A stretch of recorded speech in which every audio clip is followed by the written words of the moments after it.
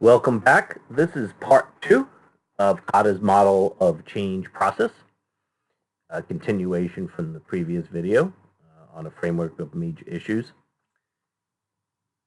And I am Valentinicus.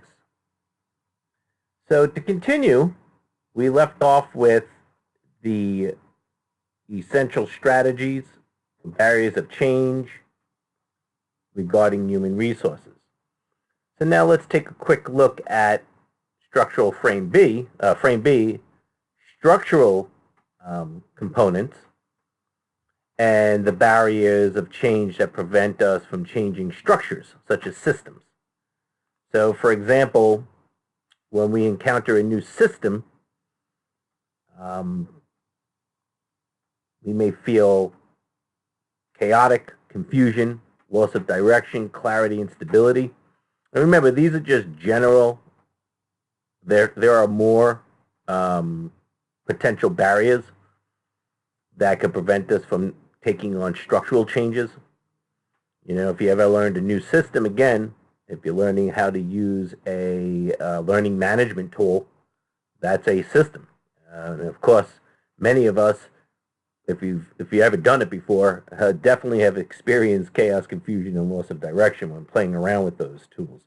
But what are some strategies to overcome such barriers to change, right? So one example, right, we're looking for formal patterns and policies. So things need to be communicated, right? So in other words, like help tools, it could be done online, it could be done verbally. When we look at systems that are in place that can be renegotiated or realigned to fit other changes that might be taking place, it could be anything from how people interact with each other and changes that need to be done in an intercommunicative or interpersonal level, or systemically pertaining to systems. You know, if you're going from one system to the next, what kind of training is involved? How's that being communicated? How are you negotiating how people will make those changes occur and become effective? So moving on, frame C is political, right? So barriers to change from a political stance could be the feeling of being disempowered and conflict between the winners and losers, conquer and divide mentality. So if leaders are doing things that create these situations where you feel disempowered and there's conflict between those who have and the have-nots, right? Those who get privileged and not, those who don't, you now have, right, barriers that prevent political change to occur within a organization to do things effectively. So some essential strategies that pertain to that are developing arenas to renegotiate issues and form new coalitions with people to make such change occur. Finally, in the last section, we have barriers of change regarding symbolic frame. So frame D is symbolic.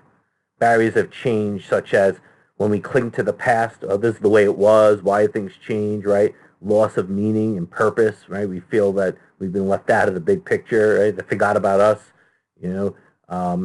So if we look at millennials who are very tech savvy, you know, and they could do things like with technology better and quicker than the generation previously, right?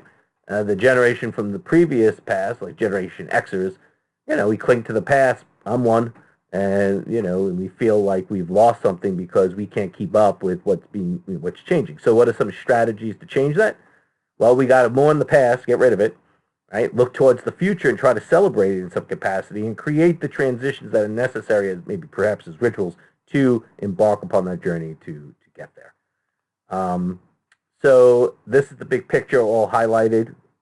And Kotter's 8 steps of change that are related specifically to those 4 components and domains can be seen in this diagram, where creating a climate for change is necessary in 3 steps, engaging and enabling the whole organization in another 3 steps, and then, of course, implementing and sustaining that change, with the key components on the bottom explaining the 8 steps that are involved in that change. And here you can visit Dr. John Kotter's website. He has some interesting tutorials. And this is Valentinicus, over and out. Thank you for joining.